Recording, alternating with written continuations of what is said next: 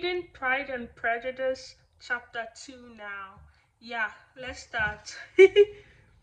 Mr. Bennet was among the earliest of those who waited on Mr. Bingley. He had always intended to visit him, though to the last, always assuring his wife that he should not go until the evening after the visit was paid. She had no knowledge of it.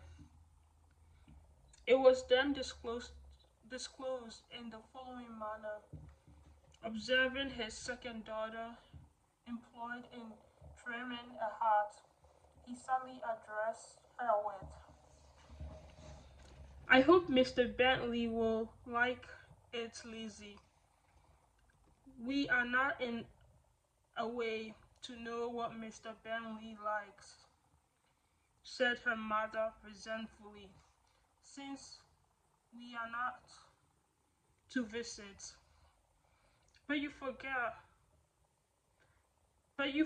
Mamma," said Elizabeth, "that we shall meet him at the assemblies, and that Mrs. Long had promised to introduce him. I do not believe Mrs. Long will do any such thing. She has two nieces of her own. She is a selfish, hypocritical woman, and have no opinion of her. No more have I," said Mr. Bentley, "and I am glad to find that you do not depend on her serving you." Mrs. Bennet, sorry, I have to look up this word. Wait, Mrs. Bennet, something, I'm about to look up the word.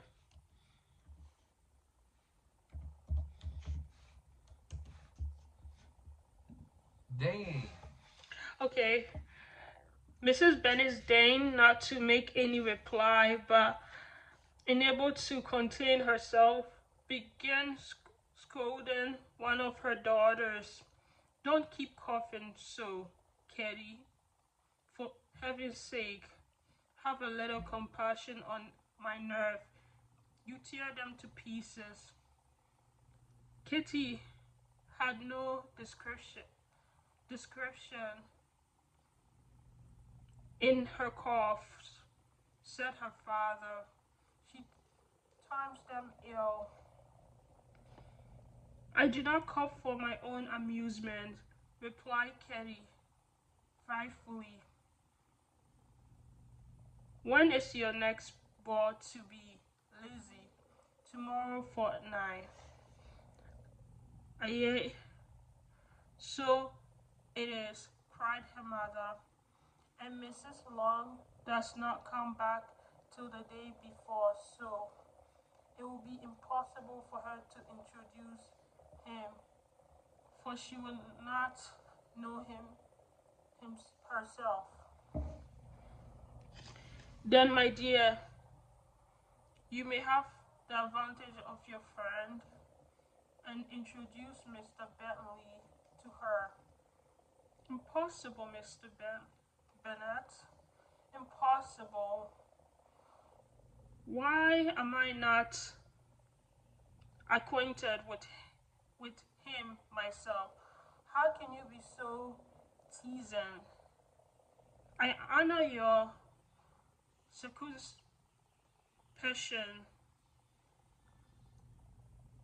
A fortnight's acquaintance is certainly very little. One cannot know a man really is by the end of a fortnight. But if we do not venture, someone else will, and after all, Mrs. Long and her nieces must stand their chance, and therefore, as she will think it's an act of kindness if she decline the forest. I'll take it on myself." The girls stared at their father. Mrs. Bennet said only, "Nonsense, nonsense. What can be what can what can be the meaning of that emph- emphatic exclamation?" cried he. "Do you consider the forms of introduction and the stress that is laid on them as nonsense?" "I cannot quite agree with you there. What you say, Mary, for you are a young lady of a deep reflection, I know, and read great books, make extracts." Mary wished to say something very sensible, but knew not how. While Mary is adjusting her ideas, he continued, "Let us return to Mr. Bentley." "I'm sick of Mr. Bentley," cried his wife. "I am sorry to hear that, but why did you not tell me so before?" "If I had known as much this morning, I certainly would I certainly would not have called on him.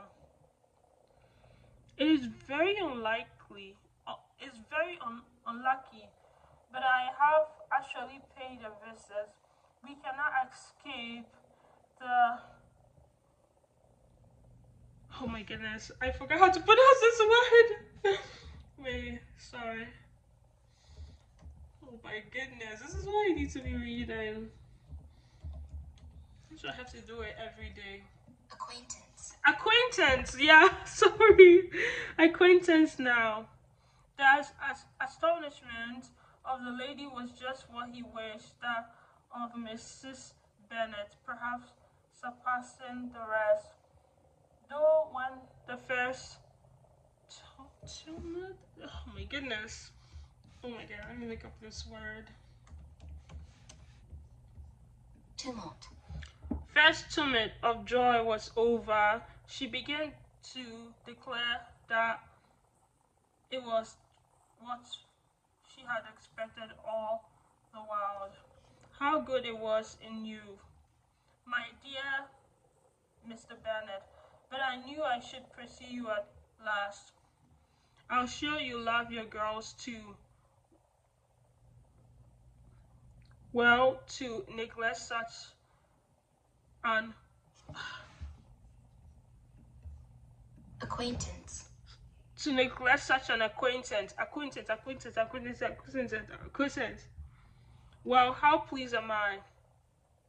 And it's such a joke too. Then you should have gone this morning. I never said a word about it till now.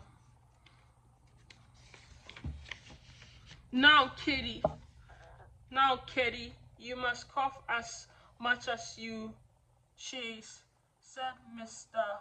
Bennet, and as he spoke, he left the room, fatigued with the raptures of his wife. "What an excellent father you have, girls," said she, when the door was shut. "I do not know how you would ever make him amends for his kindness, or me either, for that matter. At our time of life, it is not so pleasant, I can tell you, to be making new acquaintance every day. But for your sakes, we will do anything. Lydia, my love, though you are the youngest, I dare to say Mr. Bentley will dance with you at the next ball." "Oh," said Lydia. Spousely, is it spousely? Wait, let me look up the word.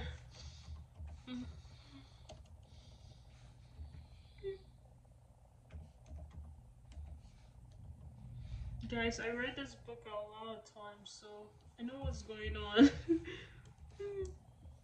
Stoutly. Stoutly. Doing something strong. "Oh," said Lydia, stoutly. "I am not afraid, for though I am the youngest, I'm the tallest." The rest of the evening was spent in conjuring how soon he will return Mr. Bennet's visit and determine when they should ask him to dinner. Wow. Okay, done.